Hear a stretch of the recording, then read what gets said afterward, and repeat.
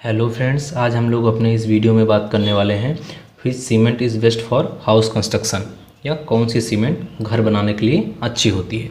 Generally ये देखा गया है कि जब भी हम लोग अपने घर को बनाना शुरू करते हैं तो सबसे पहला सवाल हमारे दिमाग में ये आता है कि कौन सी सीमेंट हम लोग यूज करें जो कि घर बनाने के लिए अच्छी और मजबूत हो।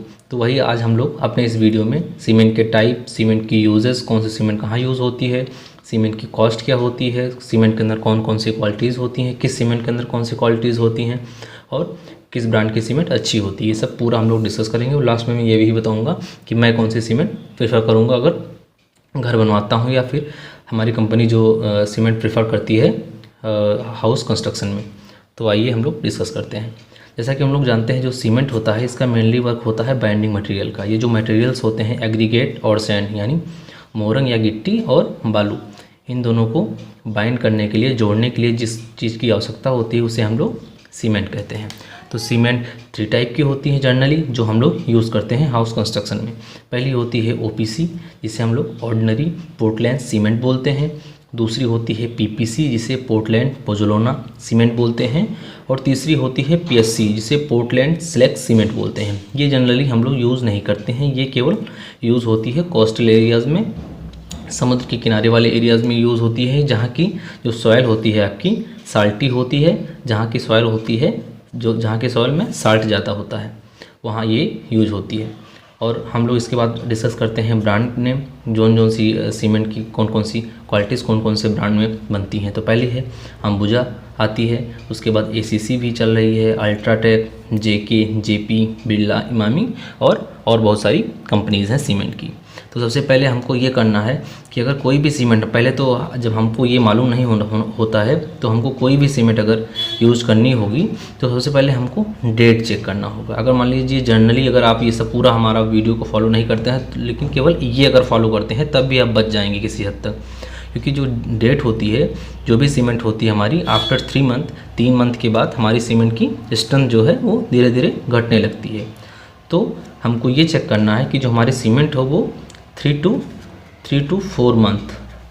4 मंथ से ज़्यादा पुरानी ना हो। अगर ये 6 मंथ प्लस पुरानी है तो इसकी स्ट्रेंथ जो है 30% नीचे चली जाएगी, डिक्रीज़ हो जाएगी। तो हमें डेट चेक करके ही सीमेंट लेना है। और अगर हम लोग हाउस कंस्ट्रक्शन कर रहे हैं तो एक बार में केवल हमको 100 बैग्स, 100 बैग, जो 50 किलो का एक बैग होता है सीमेंट का, हमें एक बार में केवल 100 बैग्स ही सीमेंट मंगानी है। जब ये ख़त्म होने लगे तो फिर और मंगा लीजिए। नहीं तो जनरली ये होता है जब हम लोग हाउस कंस्ट्रक्शन करते हैं तो वहाँ पे सीमेंट का एक जगह हम लोग गोडाउन बना के रख देते हैं, जहाँ पे पानी और सीलन की वजह से उसकी स्ट्रेंथ, जो नीचे की बोरियाँ रखी होती है, उसकी स्ट्रेंथ धीरे धीरे कम होने लगती है। तो हमको सबसे पहले ये ध्यान देना है, ये बेसिक चीज़ है, डेट चेक करना है और एक बार में केवल 100 बैग्स सीमेंट के मंगाने हैं। अब हम लोग ये डिस्कस करते हैं, इसे तो हम लोग यहाँ जनरली यूज़ नहीं करेंगे, तो कोस्टल एरियाज़ में यूज़ होगी, इसको यूज़ कर सकते हैं। तो हम लोग ओपीसी और पीपीसी के अंदर पता करेंगे कौन सी सीमेंट कहाँ के लिए अच्छी होती है। तो आइए हम लोग ये डिस्कस करते हैं। जैसा कि ओपीसी जो आपकी सीमेंट होती है वो 3 ग्रेड्स में आती है, 33, 43 और 53। जनरली अब जो चल रहा है ग्रेड वो 53 का ग्रेड चल रहा है। और जो पीपीसी होती है, पोर्टलैंड पोजोलाना सीमेंट, इसका कोई ग्रेड नहीं होता है, इसे इक्विवेलेंट माना जाता है, बराबर माना जाता है, 33 और 43 के बीच की ग्रेड का बराबर माना जाता है। उसके बाद हम लोग स्ट्रेंथ चेक करते हैं। तो जो ओपीसी होता है उसका 3 डे में जो स्ट्रेंथ होता है वो 35 न्यूटन पर मीटर होता है। इतना मजबूती हो जाती है, अगर दबाएं 35 न्यूटन पर mm से तभी ये क्रैक होगी। उसके बाद 7 डेज़ में इसका हो जाता है 43.5 न्यूटन पर मीटर स्क्वायर, mm स्क्वायर। और इसका 3 डे में होता है 29 न्यूटन पर mm, मतलब इसका ज़्यादा होता है। 3 डे में इसका पीपीसी का कम हो जाता है, स्ट्रेंथ कम होता है। उसके बाद 7 डेज़ में इसका 43.5 होता है और इसका 7 डे में 39.2 होता है न्यूटन पर mm स्क्वायर। और 28 डेज़ में इसका 55 न्यूटन पर mm स्क्वायर होता है, इसका 28 डे में होता है 56.5 न्यूटन पर mm स्क्वायर। यानी शुरुआत में तो जो ओपीसी होती है, ऑर्डिनरी पोर्टलैंड सीमेंट, इसकी स्ट्रेंथ जल्दी गेन करती है, लेकिन जब फाइनल आता है 28 डेज़ में जो स्ट्रेंथ आती है वो पीपीसी के ज़्यादा होती है। तो अगर हम लोग जनरली देखें तो ओपीसी की जो स्ट्रेंथ होती है वो तुरंत के लिए 2 दिन, 7 दिन, 1 हफ्ते के लिए ज़्यादा हो जाती है। लेकिन अगर लॉन्ग टर्म में देखें 28 डेज या 40 दिन के बाद देखें तो पीपीसी की जो स्ट्रेंथ होती है वो ओपीसी से ज़्यादा होती है। उसके बाद हम लोग सेटिंग टाइम देखते हैं, जो मजबूती तुरंत आ जाती है वो कितने टाइम पे किसकी आती है। जो इनिशियल सेटलमेंट होता है ओपीसी का वो 30 मिनट होता है। आधे घंटे के अंदर जो इनिशियल सेटिंग होती है, सेटलमेंट होता है, वो हो जाता है। और पीपीसी के अंदर भी 30 मिनट के अंदर जो इनिशियली सेटलमेंट होता है वो हो जाता है। लेकिन अगर फाइनल देखा जाए कि जो फाइनल मजबूती आ जाती है जल्दी, वो फाइनल मजबूती 4.5 आवर में आती है, मतलब 4.5 घंटे में ओपीसी जो होती है उसकी मजबूती सीमेंट की आ जाती है।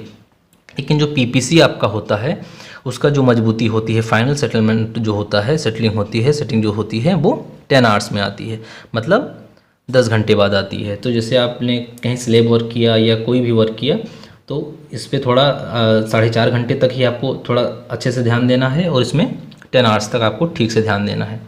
उसके बाद जो अगली इसकी क्वालिटी है वो है पानी सोखना। जो ओपीसी होती है वो पानी ज़्यादा सोखती है आपकी, जिसकी वजह से आपके क्रैक्स आ जाते हैं, डंपनेस आ सकती है, डंपनेस और क्रैक आ सकते हैं, क्योंकि ओपीसी जो होता है वो पानी ज़्यादा सोखती है। लेकिन जो पीपीसी होती है वो थोड़ी हार्ड हो जाती है लास्ट में, तो ये पानी कम सोखती है। उसके बाद जो शटरिंग टाइम होता है, इसका फाइनल सेटलमेंट टाइम और इनिशियल सेटलमेंट टाइम थोड़ा ज़्यादा होता है इससे। तो जो शटरिंग वर्क हम लोग करते हैं, जो शटरिंग के लिए जो भी चीज़ लगाते हैं उसमें कम टाइम लगेगा। शटरिंग के लिए इसमें कम टाइम लगेगा। मान के चलिए आप कि अगर आप स्लैब बना रहे हैं तो उसके लिए आपको इसकी अपेक्षा 1 से 1.5 हफ्ता कम लगेगा। जो शटरिंग मटेरियल होगा वो 1 से 1.5 हफ्ता पहले ही यहाँ से निकल जाएगा। लेकिन इसमें 8 से 9 दिन, 10 दिन इसमें ज़्यादा लगेगा अगर इस सीमेंट का भी यूज़ करते हैं। तो जो शटरिंग के मटेरियल आप लोग मंगाएंगे, जैसे प्लाई हो गया, सीट हो गया, ये सब जो आती हैं उसमें ज़्यादा टाइम थोड़ा लग जाएगा। लेकिन जो इसका स्ट्रेंथ होगी वो 28 डेज़ के बाद बढ़ जाएगी। तो आप ये भी ध्यान में रखना। और जो क्यूरिंग होती है, यानी जो तरी करना होता है वो उसमें 7 से 10 दिन तक का तरी की जाती है, जो पानी छोड़ा जाता है जहाँ भी कंस्ट्रक्शन होता है। और यहाँ पे 10 to 15 डेज़, 10 से 15 दिन तक आपको यहाँ क्यूरिंग करनी होती है, पानी डालना होता है। उसके बाद कॉस्ट को देखा जाए तो इसकी जो कॉस्ट होती है वो हाई होती है और इसकी जो कॉस्ट होती है वो लेस होती है। अगर आप लोग देखें तो पीपीसी की जो कॉस्ट होती है वो 30 to 35 रुपये ज़्यादा होती है और इसकी कॉस्ट 30 to 35 रुपये कम होती है इसके कंपैरिजन में। ओपीसी के कंपैरिजन में इसकी कॉस्ट कम होती है। तो अगर जनरली अगर आप लोग चाहें तो जो पीपीसी है उसकी स्ट्रेंथ से आपको मतलब है, तो स्ट्रेंथ इसकी इससे ज़्यादा हो जाएगी 28 डेज बाद, मतलब 1 महीने बाद इसकी स्ट्रेंथ बढ़ती जाएगी। लेकिन इसकी स्ट्रेंथ बढ़ेगी नहीं, वहाँ एक जगह पे जाके रुक जाएगी। और इसके अंदर जो पानी होता है, ये पानी ज़्यादा सोखता है, ये पानी कम सोखता है, जिसके इसके अंदर जो पैजेस बन जाते हैं प्लास्टर में वो नहीं बनेंगे और क्या बोलते हैं डंपनेस नहीं आएगी। तो इन सब चीज़ों के लिए मैं तो आपको पीपीसी प्रेफर करूँगा। अगर आप लोग यूज़ करेंगे पीपीसी सीमेंट तो ज़्यादा अच्छी होती है। जो पीपीसी आपकी होती है वो अंबुजा में भी अच्छी आती है और अल्ट्राटेक में अच्छी आती है।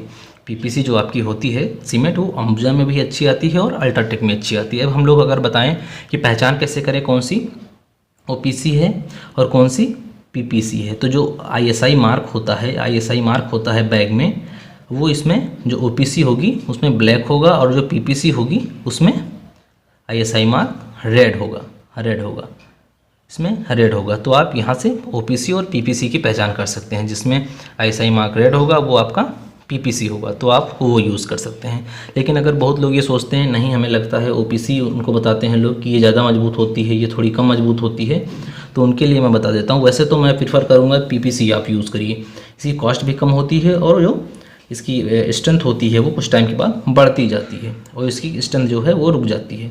लेकिन फिर भी अगर कुछ लोग प्रीफर करना चाहें ओपीसी, तो आप इसे फुटिंग में, कॉलम में और बीम में, फुटिंग, कॉलम और बीम में इसे यूज़ कर सकते हैं, तो इसे यूज़ कर सकते हैं। बाकी जो जगह बची हैं जैसे प्लास्टर हो गया, टाइल्स के लिए हो गया या फ्लोरिंग के लिए हुआ, वहाँ आप पीपीसी यूज़ करें। वैसे तो मैं कहूँगा कि पूरे में आप पीपीसी यूज़ करें, उससे आपको रिज़ल्ट बहुत बेहतर मिलेगा, इसकी अपेक्षा अच्छा रिज़ल्ट मिलेगा। लेकिन अगर फिर भी कोई आपको बताता है कि नहीं ये ज़्यादा मजबूत होती है, तो इसका यूज़ फुटिंग में, कॉलम में और बीम में करिए। और टाइल वर्क में या फ्लोरिंग में या प्लास्टर में आप पीपीसी का यूज़ करिए। तो अगर आप ये यूज़ करेंगे तो मैं आपकी गारंटी लेता हूँ कि आपका जो घर है अच्छी सीमेंट से बनेगा और आगे चल के उसमें क्रैक्स और डैम्पनेस जो होती है, जो छोटे छोटे पैचेस बन जाते हैं, वो नहीं बनेंगे। तो अगर आपको हमारी वीडियो अच्छी लगी हो तो प्लीज़ वीडियो को लाइक करें, हमारे चैनल को सब्सक्राइब करें। धन्यवाद।